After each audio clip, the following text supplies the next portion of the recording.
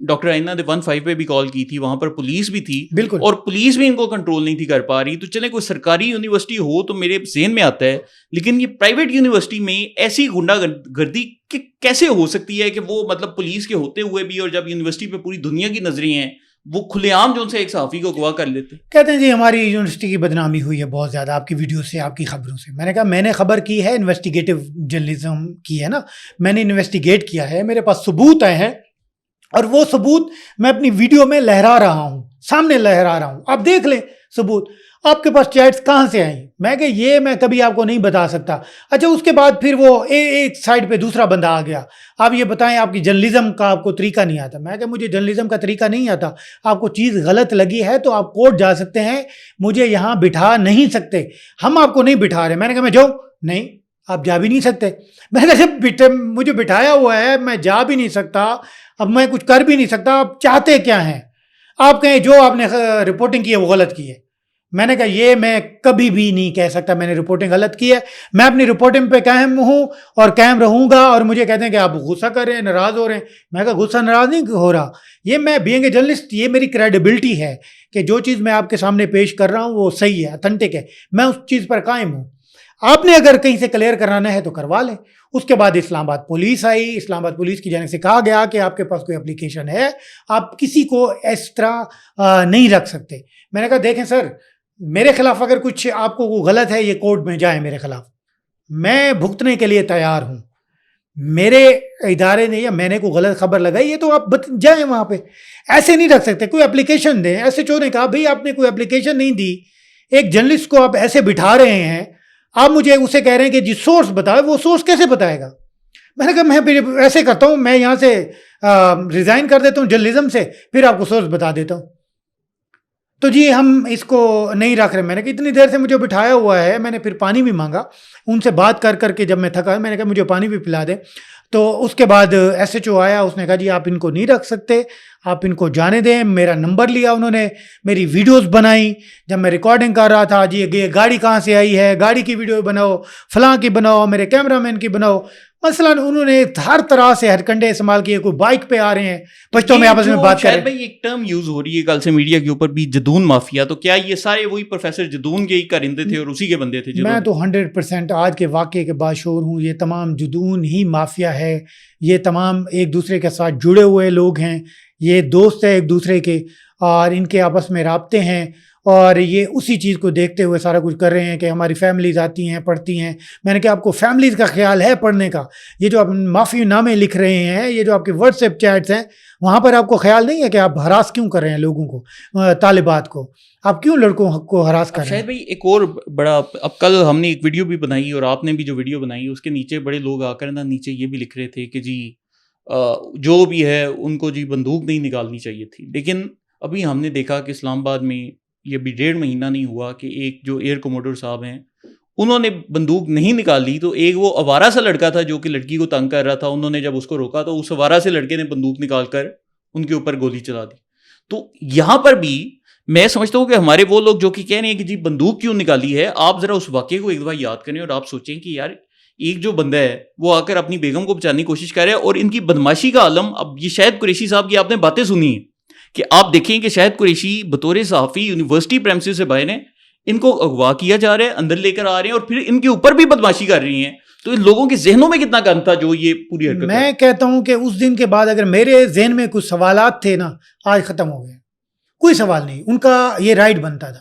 ایسی صورتحال میں آپ کیا کریں گے جب آپ کے ارد گرد سینکڑوں جو لفنگے ٹائپ لوگ ہوں وہ آپ کے اوپر چھوڑ دیے جائیں, آپ کی بیگم فیملی ادھر ہو, تو آپ اس کا کیا جواب دیں گے؟ کیا آپ دیکھیں گے کہ میں وردی میں ہوں یا وردی میں نہیں ہوں؟ کیا آپ دیکھیں گے کہ میرے پاس گن ہے, میں نے نکالنی ہے, مجھے قانون اس کی اجازت دیتا ہے یا نہیں دیتا؟ کیا مجھے اس چیز کے اوپر میں سوچوں گا؟ جب آپ کی فیملی پہ بات آتی ہے, خاندان پہ بات آتی ہے, تو کسی صورت آپ جو ہے برداشت نہیں کر سکتے, چاہے وہاں پر فرحان ورک ہو یا شاہد قریشی ہو یا کوئی بھی بندہ ہو.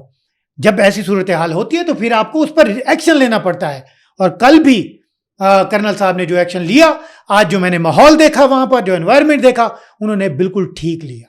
ان کو یہی کرنا چاہیے تھا, کیونکہ کبھی بھی ایسی صورتحال میں آپ وہاں پر پیچھے نہیں ہٹ سکتے. اچھا شاہد بھائی، اب یہ جو پورا اسٹوری ہے، آپ کو اس کے اندر جو ان کے مین محرکات ہیں وہ کیا لگ رہے ہیں کہ کیا وجہ ہے، کس وجہ سے یہ اس طرح کا بیہیویئر کر رہے ہیں اور اس طرح کی حرکتیں کر رہے ہیں، کہ اس میں انوالومنٹ کس چیز کی ہے؟ اصل میں یہ پوری یونیورسٹی پر قابض تو ہیں، فائنینشیل بھی ایشوز ہیں جس میں یہ مال جس میں وہ الزام بھی لگ رہے ہیں کہ جی وہ پیسے لے رہے ہیں ہر چیز کے، جی مال بنا رہے ہیں.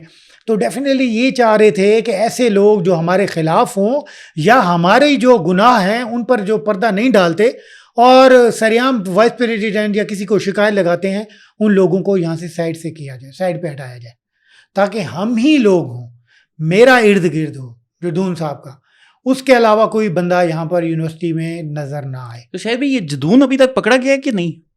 مجھے لگتا ہے کہ وہ کہیں بھاگ گیا ہے، کہیں افغانستان یا کسی جگہ پہ جو ہے نا وہ نکل گیا ہے، اور لیکن اس کی کیونکہ جڑیں یہاں پر موجود ہیں تو یہاں پر فیکلٹی ممبران بھی موجود ہیں تو وہ اس کو سپورٹ کر رہے ہیں، لیکن وہ مجھے نہیں لگتا کہ ابھی یہاں پر ہوگا. یہ جو صورتحال ساری بنی ہوئی ہے اور جو اس نے کیا ہے، حرکت کی ہے، اور جس طرح ایک کرنل صاحب کے اوپر اٹیک کیا گیا، یہ اچھا اٹیک کے اندر وہ جدون خود موجود تھا اور اس کو چارج کروا رہا تھا. اور یہ بڑا انفارچونیٹ ہے کہ آپ کو پتہ ہے کہ ایک وردی جس کی وجہ سے پوری دنیا میں آج پاکستان کا نام ہے. آج کل فیلڈ مارشل صاحب ایران سے واپس آئے ہیں اور پاکستان بڑے ممالک کی جو ہے وہ ساتھ میں صلح کروا رہا ہے. تو ایسی صورتحال میں آپ کو میرا خیال ہے بینگ پاکستانی اگر آپ ہیں تو آپ کو کچھ خیال کرنا چاہیے، کوئی احترام بھی ہوتا ہے کہ جس کا آپ نے احترام بھی کرنا ہوتا ہے کہ اس کی وجہ سے ہماری عزت ہے، اور آپ بچوں کو، لونڈے لپاڑوں کو وہاں پر چارج کرتے ہیں اور ان پر اٹیک کرواتے ہیں. یہ ویری انفارچونیٹ ہے. اچھا آج بھی کوئی اسٹوڈنٹس تھے اس طرح کے جو بدتمیز قسم کے ادھر موجود تھے؟ نہیں، آج اسٹوڈنٹ نہیں تھے، کوئی فیکلٹی کے ممبران ہی تھے. کچھ لوگ آئے ہیں بائک پہ، 2-3 نا پشتوں میں بات کر رہے تھے سارے، تو وہ کہہ رہے تھے یہ جو کل جس نے اسٹوری لگائی، ہاں یہ شاہد قریشی، وہ پھر پشتوں میں ان کو بتا رہے تھے آزاد شاہد قریشی، آزاد ڈیجیٹل شاہد قریشی. تو مجھے کہتے ہیں جی آپ ہیں کیا؟ میں نے کہا میں کون ہوں، میں جرنلسٹ ہوں، آپ میرا آزاد ڈیجیٹل دیکھ لیں، مجھے دیکھ لیں، شاہد قریشی کی پروفائل دیکھ لیں، نمبر لینا ہے نمبر لے لیں، آپ نے انٹرویو دینا ہے مجھے کہ ہمارا موقف نہیں چلاتے، میرا موقف دے دے اپنا، میں چلانے کے لیے تیار ہوں. لیکن ایسے میرے ساتھ بیہیویئر نہ کریں. میں نے 3-4 دفعہ تنگ ہو کے جب زیادہ دیر بیٹھا، میں نے کہا چاہتے کیا ہیں آپ ایک طرف کہتے ہیں کہ ہم ہراس نہیں کر رہے، دوسری طرف آپ مجھے جانے نہیں دے رہے، اور پھر مجھے مختلف غلط سوالات بھی کر رہے ہو. بہت شکریہ شاہد بھائی. اور یہ ناظرین آپ کے سامنے ایک لائیو ایگزامپل ہے جو کہ اکثر میں آپ کے سامنے ویڈیوز میں بولتا ہوں کہ پاکستان نظریہ اسلام پر بنا ہے، لیکن جو بھی قوم پرست ہوگا وہ اس ریاست سے نفرت کرے گا، اس کی فوج سے بھی نفرت کرے گا. اور یہ آپ کے سامنے ایک لائیو مثال آ چکی ہے کہ یہی پروفیسر جدون جو کہ پاکستان کی ہی یونیورسٹی میں رہتا ہے، پاکستان میں ہی اس کا گھر ہے، بدنو سے اس کا تعلق ہے، اور اسی یونیورسٹی سے تنخواہ بھی لیتا ہے، یہ اپنے پروفائل کے اوپر افغانستان کے جھنڈے لگا کر اپنی افغان آئیڈینٹی دکھا رہا ہے. تو آپ کیسے توقع کر سکتے ہیں کہ یہ پروفیسر جدون جن 3-4 بچوں کو اپنے ساتھ رکھے گا، ان کو پاک فوج سے محبت یا پاکستان سے محبت سکھائے گا، وہ اپنے بچوں سے وہی گندے نعرے لگوائے گا جو کہ دنیا بھر میں قوم پرست لگاتے ہیں. تو یہ جو قوم پرستی ہے یہ پاکستان کی یونیورسٹیوں میں ایسے زہر آلود اساتذہ کی وجہ سے پھیل رہی، اور یہی جو اساتذہ ہیں بچوں کی پوری ایک بریڈ تیار کر رہے ہیں جو کہ آگے چل کر پاکستان کے خلاف سوشل میڈیا پر آپ کو بکواس کرتے نظر آتے ہیں.